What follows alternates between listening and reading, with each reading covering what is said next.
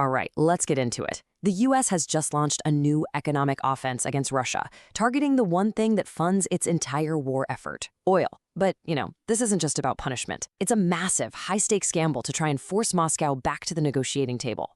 So today, we're going to break down whether this kind of economic squeeze can actually do what diplomacy couldn't. So let's dive right in. The White House is really tightening the economic screws on Moscow.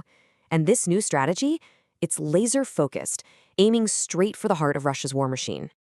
The absolute core of this new strategy is a direct hit on Russia's economic engine. We're talking about the one resource that's been financing its war efforts from day one, its gigantic oil trade. And look, these sanctions are incredibly specific. They're not just some general measures. No, they're hitting two of Russia's absolute energy titans, Rosneft and Lukoil, head-on. The official reason? It's a direct response to Moscow refusing to agree to a ceasefire. The goal here is pretty simple. Turn off the money tap that's funding the war. But here's the thing. These sanctions didn't just pop up out of nowhere. They're the direct result of a total diplomatic breakdown. So to really get the why behind this economic pressure, we've got to look at the peace talks that just completely fell apart. Just a few months back, it felt like there was a real glimmer of hope.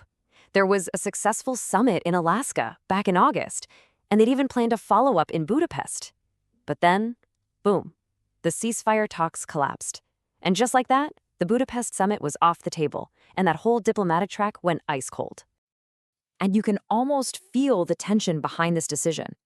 Sources are describing what they call a seething frustration inside the White House over these failed attempts. That tells you these sanctions aren't just some cold, calculated policy move. They're also a gut reaction to a high-stakes diplomatic gamble that just didn't pay off. So, okay, if diplomacy failed, what's the new playbook? Let's break down the strategic thinking here, this idea of using economic muscle to get what talks couldn't. And it's a totally fair question, right? How exactly does sanctioning some oil company in Moscow lead to peace in Ukraine? It might seem a little indirect, but the administration is banking on a very, very specific chain reaction. Here's the four-step plan they're hoping for. First, hit the oil giants. That squeezes their revenue. With less cash coming in, Russia's ability to actually fund the war gets weaker. And the ultimate goal, the end game, put on so much pressure that it breaks Russia's strategic will, forcing them back to the negotiating table, only this time with a much weaker hand to play. And it's important to know the US isn't doing this alone.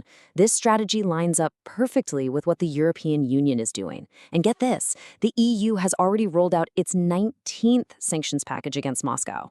By hitting similar sectors, they're creating this powerful, coordinated economic squeeze. But this whole economic showdown isn't just between Washington and Moscow. Oh no. The shockwaves are spreading all the way to Asia, and it's forcing two global giants to make a move. And honestly, what they do next could be decisive. This really is a huge shift in the dynamic. See, before, US policy was a bit inconsistent. It was hitting India with tariffs on Russian oil, but kind of letting China off the hook on that one.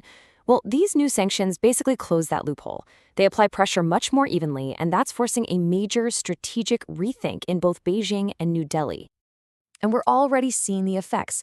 In China, reports say at least 4 state-owned oil giants have hit pause on buying Russian oil. And over in India, refiners are talking about a recalibration that could mean a massive cut. Now, these aren't just empty threats. This is real money being pulled from some of Russia's most important customers.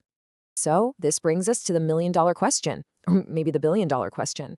With Russia's biggest buyers getting cold feet, is this pressure finally going to be enough to change Moscow's entire strategy? This is the question that's hanging over this entire strategy.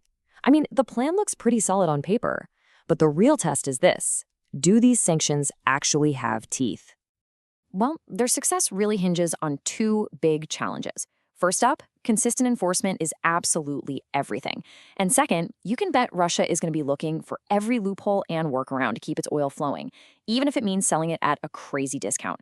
So shutting down those back doors is going to be critical.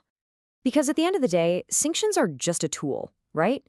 The real goal is to force a conversation on these core issues that have stopped peace from happening all along, how to actually end the fighting, what's going to happen with the Donbass region, and what NATO's future role is going to look like.